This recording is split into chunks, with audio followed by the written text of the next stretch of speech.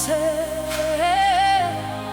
Twoja moc, Twoja chwała.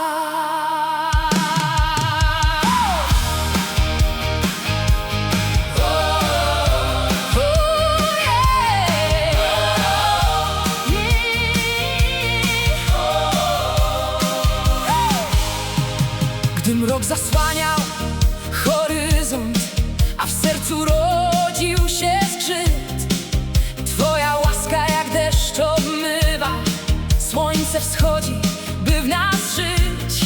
Gdy brakowało mi tchu i każdy krok był jak głaz, Ty podniosłeś mnie z ziemi, pokazałeś, że wierzysz w nas.